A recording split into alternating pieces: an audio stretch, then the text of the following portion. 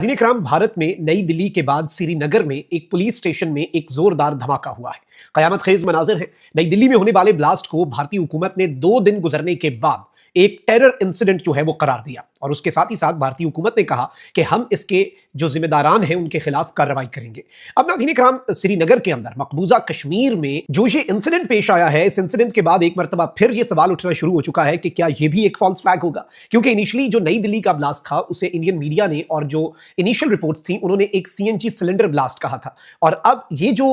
श्रीनगर के अंदर police station में एक जोरदार धमाका हुआ है, इसके हवाले से भी कुछ रिपोर्ट्स तो आ रही हैं, ऑफिशियल मौक़िफ़ नहीं बल्कि कुछ अनऑफिशियल रिपोर्ट्स इंडियन मीडिया में रिपोर्ट तो हो रही हैं। लेकिन सवाल यह है कि क्या ये एक और फॉल्स फ्लैग है, क्या ये एक और प्रीटेक्स्ट है? और इस मरतबा चूंकि India would be needing a bigger pretext Pakistan के ऊपर हमला करने के लिए, पाकिस्तान के खिलाफ कार्रवाई करने के लिए, तो बहुत से ऐसे सवालात हैं जिनके जवाब हम ढूंढने की कोशिश करते हैं। पाकिस्तान आर्मी और पाकिस्तान एयरफोर्स इस वक्त मुकम्मल तौर पर हाई अलर्ट पे है। Already they are placed on high alert, क्योंकि इंडिया की तरफ से कोई भी एडवेंचर हो सकता है। इंडिया की जंगी मशकें जो खत्म हुई उनके अंदर आप सीरियसनेस देखें कि 3 इंडिया के प्लेन्स जो है इंडियन एयरफोर्स के, वो गुज़श्ता रोज जो है जुमे के दिन वो क्रैश हुए हैं। तो ये भी तशवीशनाक पहलू है।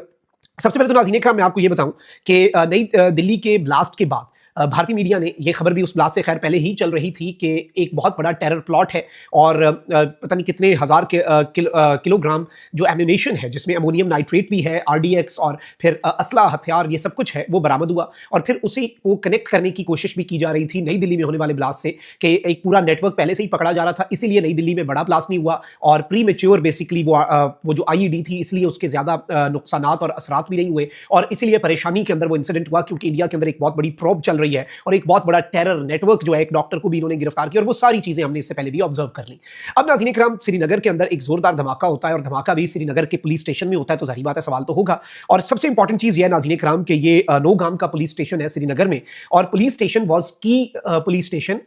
For the recent anti terror investigation. ये इंडियन जर्नलिस्ट हैं जी, उन्होंने ये रिपोर्ट किया, वियन न्यूज के ये फॉरेन अफेयर्स के एडिटर हैं और इन्होंने ये कंफर्म किया है कि ये जिस पुलिस स्टेशन के अंदर अटैक या फिर ये ब्लास्ट हुआ है, अटैक की पॉसिबिलिटी और ब्लास्ट की पॉसिबिलिटी दोनों में फर्क है ना, तो हम अभी रिपोर्टेडली कहते हैं। और इन्होंने ये कहा कि भाई, और सवाल ये भी इंपॉर्टेंट है कि अगर अरेस्टेड लोग जो हैं वो क्या इस पुलिस स्टेशन के अंदर ऑलरेडी मौजूद थे, ये एक बहुत अहम सवाल है। और क्या अरेस्टेड लोग जो हैं वो इसके अंदर निशाना बने हैं या उनमें से कोई जाँ बहक तो नहीं हुआ, ये एक अलग सवाल है। और जाहिर बात है इंडियन फौज की जो मूवमेंट है, इंडियन एयरफोर्स की जो तैयारों की मूवमेंट है, इंडियन नेवी की, वो इस जानिब एक पहले ही इशारा कर रही है कि भारत जो है वो कुछ ना कुछ बड़ा कर सकता है। अलबत्ता बिहार इलेक्शंस में नरेंद्र मोदी की गवर्नमेंट जो है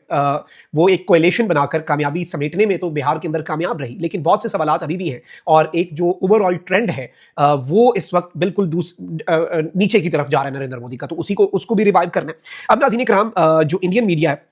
जिसमें इंडिया के कुछ जर्नलिस्ट हैं, आदित्य राज कौल हैं जी, वो कहते हैं कि मुझे जम्मू कश्मीर पुलिस के टॉप ऑफिशियल्स ने ये बताया है, उसी तर्ज पर जैसे इन्हें पहले बताया था इंडियन मीडिया को कि ये नई दिल्ली वाला सीएनजी ब्लास्ट है। अब ये कहा जा रहा है कि जी ये तकरीबन 11:20 पे भारतीय वक्त के मुताबिक ये एफएसएल की जो टीम है वो पुलिस के साथ और तहसीलदार के साथ मिलकर जो एक लार्ज अमोनियम नाइट्रेट के एक्सप्लोजिव्स को कॉन्फिस्केट किया गया था, जब्त किया गया था। एफएसएल की टीम पुलिस और तहसीलदार के साथ उनका जायजा ले रही थी और कैजुअलिटीज जो है वो ब्लास्ट के अंदर हुई है, लेकिन पुलिस की तरफ से जो जर्नलिस्ट अनऑफिशियली ये बात, क्योंकि पुलिस ने ऑफिशियली मौक़िफ़ अभी तक नहीं दिया, जर्नलिस्ट ये कह रहे हैं कि पुलिस ने कहा है कि ये टेरर इंसिडेंट नहीं है, ये एक एक्सीडेंट है, गालिबन उन्होंने इसे सही तरीके से वो नहीं किया इस्तेमाल और बाकी चीज़ें भी, और ये कहते हैं कि ये कोई टेरर अटैक जो है वो नहीं है। अच्छा, अब इस सबके अंदर सबसे अहम तरीन चीज़ ये है नाज़रीन इकराम के जो यहाँ पर सवाल ये भी है कि इधर इतना बड़ा जो ज़ख़ीरा है अमोनियम नाइट्रेट का वो क्यों रखा गया। बहुत से क्वेश्चन साइमल्टेनियसली अराइज करते हैं और इसमें ये जो बाय एक्सीडेंट है, इंडियन ऑफिशियल्स इंडियन मीडिया को कह रहे हैं कि इट वाज एन एक्सीडेंट। क्या ये सिर्फ एक्सीडेंट ही है या फिर इससे इन्वेस्टिगेशंस जो है वो इंपैक्ट होंगी, ये उससे भी बड़ा और अहम तरीन सवाल है। And we have to actually observe कि भाई ये असल मामला, ये माजरा जो है ये क्या है। लेकिन अगर हम एक ग्रेटर पर्सपेक्टिव में चीज़ों को देखें तो इंडिया के अंदर जो एक नैरेटिव आहिस्ता आहिस्ता पक रहा है वो ये है कि इंडिया के अंदर कोई बहुत बड़ा टेरर का इंसिडेंट जो है वो होने जा रहा है और उसे इंडियन फोर्सेज ने अवर्ट भी किया, इंडियन फोर्सेज ने उसे नाकाम भी बनाया, लेकिन अभी भी कुछ न कुछ अंदर खाते पक रहा है। और ये वही अमोनियम नाइट्रेट और वही एक्सप्लोजिव्स और वही आईईडीज और वही लार्ज कैशे ऑफ एक्सप्लोजिव्स जो है, जो इस पूरे नई दिल्ली वाली चीज के साथ भी कनेक्ट किया जा रहा है, उसी के अंदर इसे डाला। फिर आप ये देख लें कि इंडियन मीडिया लश्कर और जैश के हवाले से खबरें चला रहा है कि 6 महीने गुजरने के बाद अब एक सीरीज ऑफ अटैक्स जो है वो इंडिया के अंदर करेगा लश्कर और जैश, पाकिस्तान की मदद से। ये मैं नहीं बता रहा नैरेटिव, ये Indian media narrative already create कर रहा है। फिर इवन उन्होंने कहा है कि जी 15 टेरर के लॉन्च पैड्स जो हैं वो पाकिस्तान ने आज़ाद जम्मू कश्मीर में एक्टिवेट कर दिए हैं, जहां से इन्फिल्ट्रेशन करवाई जाएगी इंडिया के अंदर। मतलब another fake news and another allegation without evidence, सबूतों के बगैर जो है वो इल्ज़ाम तराशी। लेकिन ये सीरियस है, पाकिस्तान की फोर्सेज ऑलरेडी हाई अलर्ट पे है। पाकिस्तान एयरफोर्स को इस वक्त ये ऑर्डर्स दे दिए गए हैं कि आपने भारत के लिए तैयार रहना है, और भारत आता है तो वो ऑर्डर्स भी हैं कि भारत के साथ इस मरतबा पिछली दफा से ज्यादा सख्ती के साथ कैसे निपटना है, ताकि पिछली दफा के बाद वैसे बनता नहीं है इंडिया का दोबारा